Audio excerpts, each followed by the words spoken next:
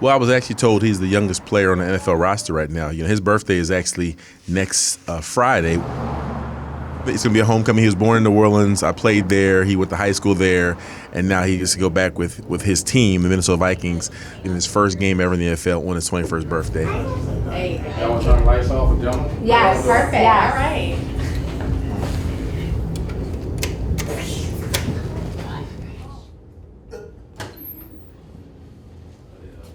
What's up, buddy?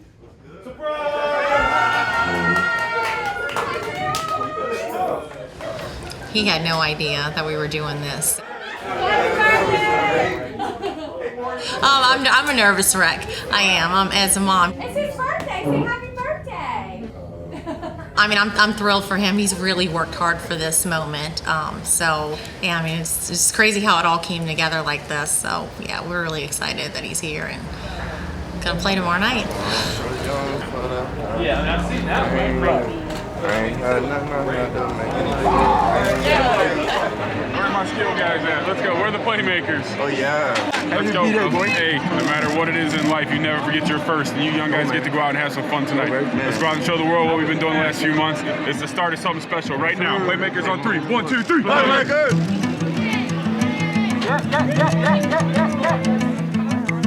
Irv Smith Jr. is one of many Vikings taking the field in purple for the first time. But whether you're a 21-year-old rookie or a returning veteran, when a roster spot is up for grabs, you have to go get it. Good to be back. Let's play some plays, Jay. Let's go, baby. It'll be great. You know what time it is? Boom! The 2019 preseason is underway. Right for Thielen inside the 10. It's rookie Alexander Madison. First offense done for the night. Left, Mannion hit as he throws, loops it left. Olabisi caught it, touchdown. Way to make a play, baby. Hey, Olabisi looking great on those last 2 plays. Oh, Nate Metters caught it out of the air and he's gone with a serendipitous score. Don't happen every day. Enjoy that. Doesn't see it. He's in trouble. And down he goes. Fires over the middle. Caught Mike Boone. Mike Boone out of bounds at the 5. And over the middle. And it's a touchdown. Jr. Gets dropped. Well, he had no chance. J-Ron Curse came in to make the hit. You know what it is. Yeah, now comes back and throws a touchdown anyway to Zylstra. Cal Sloter, Kari Blasingame. You know, we went to the same school. Let's go. The winner's circle. Touchdown Vikings. Dalvin, it's only the preseason, but welcome back, main man. That's an 85-yard run. I saw you put your foot in the ground, and I'm like, here we go. Here we go. Okay, we'll get started here in a minute, but let me explain. Roster cutdown is probably the most difficult time of the year because of the decisions that you have to make. We sit in there with the coaches and personnel people. We go through each guy and try to come up with the best 53 guys on the roster. I had 41 plays, played both tackle and guard. Very productive, had 2 cuts, 1 knockdown. 2 games in a row now, he's made some plays on 3rd down, which is great. I know we didn't work on that slice coverage, but it'd be great to see him haul that ball in. I thought he was good on the line of scrimmage. Kid could have had some explosive runs. He was close on a couple.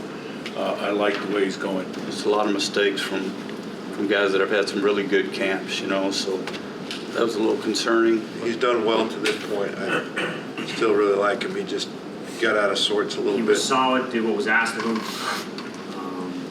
I like where he's at. I think he's going to help us this year. A ton to work on, and we definitely have their attention. The evaluation process of who potentially is going to make our 53-man roster, who's going to make our practice squad, those are things that we've been doing since we started our off-season program. He's had an excellent training camp. I'm excited for the season with him. There are some guys that have been here for a while that may be let go. Some new guys that may step up and take their place. For example, at receiver, we've got Thielen and we've got Diggs. So how's that going to play out, the roster behind that? Made some big plays for us down the stretch, which is good to see. Just got to clean up some of the details, but I think he'll help us We've got a great competition going at the backup quarterback spot, who's going to be Kirk Cousins' backup. And then, some of the offensive linemen trying to figure out exactly, where they all fit. That whole group in there, all those guys will kind of be thrown in there and competing every single day for a job. Man, you build something with these guys. You build a bond. You build like a family. It's more of a family because we with these guys, fighting with these guys in training camp. And then to see them leave and get cut, you're like, dang, like I wish they go to another team and be able to be successful there. It's a business. You can't really do nothing about it. It's out of your control. So it's just like, you just wish the best for them. If you're a planner and you really like to have your destiny in your hands and control, this isn't the profession for you because it's the uncertainty. You've got kids, you got family. You don't know if this is your last game here. You don't know if this is your last year. Should you buy the house? Should you move? Should you move your family here? And you have no control over. One player who faced uncertainty from the start is fifth-year safety Anthony Harris. Coming out, I was expected to be drafted. I think I was one of the top guys in my class.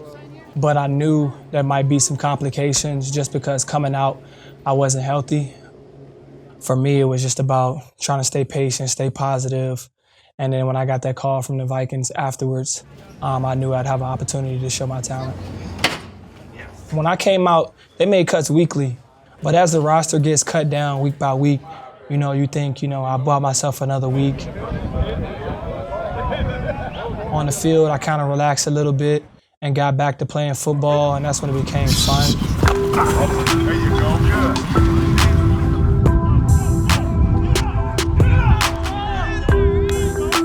I didn't really think about the cuts and stuff too much, but as the weeks went by and the preseason games went on, you saw cuts being made, and I was still making plays and trying to improve. But I just remember that last day, coming in after that last preseason game. There were a few guys left on the team, not really a lot of guys in the secondary. So you can kind of look around the locker room and kind of tell, it's between like one or two guys or two or three guys on if you're going to be able to make the active roster. And I think I was like the last guy. Some guys were a little bit nervous trying to rush out of there. And for me, I just remember thinking, I've done everything I could do to this point, and whatever my fate is, that's what it is, and I'll just go from there. So unfortunately, I got called up to turn in my playbook, and they expressed they wanted me to come back on the practice squad. So for me, it was just realizing, I might have fell up short, but I think there's an opportunity for me to continue to grow and potentially carve myself for a spot on the roster. The Vikings roster consists of players from different backgrounds, different schools, and different paths to Minnesota. This time 1 year ago, a spot on the 53-man roster seemed unlikely for an undrafted, undersized receiver from Northern Illinois. Yeah, after preseason, you're just sitting in your hotel room and you're just waiting for that call and honestly praying that you don't get a call, because if you don't get a call, that means you're on the team. And I ended up getting a call late. Obviously there's disappointment because at the time I didn't know what was going to happen. I knew I was going to get cut regardless. So I was just praying when I walked in that they would say that basically they're going to cut me and hope that I would be able to clear waivers and bring me back on practice squad. For me that was a sigh of relief. Again, I just wanted a chance. I wanted to just continue, just give me a chance. And so I was just thankful, and now I'm here.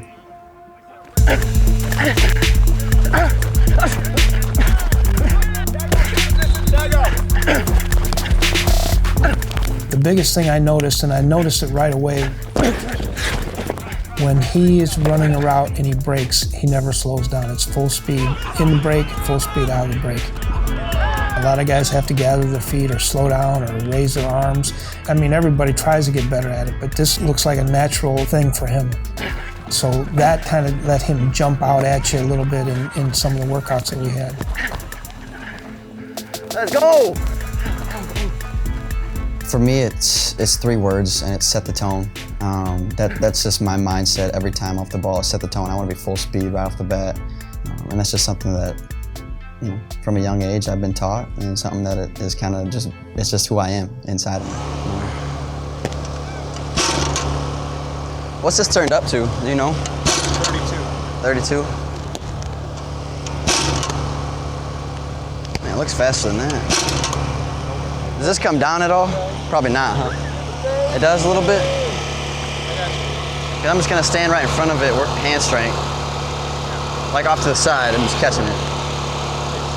I do it all the time, yeah. Are you reacting to it? No, I'm just gonna catch it. All right. I'll just hand it to you. Yeah, that's actually an old trick that I just learned from my pops. He taught me that at a young age. Obviously, I didn't do it until I was old enough with the ball coming at you so fast. But yeah, I mean, honestly, it breaks down blood vessels in your hands and creates strong hands as well. It's something that I've always just kind of worked into my routine, trying to be a better wideout. I'm good. Appreciate you. Thanks. Yeah, I actually, back at home, I'd have it turned up to 55 miles an hour, yeah. And just like my hands would be hurting afterwards. And you'd see them, they'd just be red and puffy. Right. But that's exactly what you want, you know? Yeah. If there was maybe an extra receiver, usually that's going to come into play that he's a very good special teams player as well. Those guys may not be starters for us, but they have to be guys who are going to help us win games on special teams. They have to practice? Yep. What do you do after practice? Typically just catch a few balls, side to side, over the shoulder, and slam. Snaps in first? Okay. Hey, I think you're actually really good holder. All it is set. Yeah, okay. All right. Sit! Good, that's it right there. Good. All right. Is that the tilt you want too? Yeah, that's good. That's fine? Okay. Awesome. Good job, man. Just gotta keep working on it. Appreciate it. Yeah. I've never been coached before. It's just always me and the kicker trying to figure it out. And a lot of times those final roster spots and that decision comes down to what those guys can do for us on special teams. Count on the guy next to you. On the next episode of The Voyage. Focus on one thing, and that's winning. Together. My sole purpose is focusing on winning a championship. It's something that's never been done in this organization, and we talk about it all the time. We want to be the first. Be great on 3. 1, 2, 3. Be great.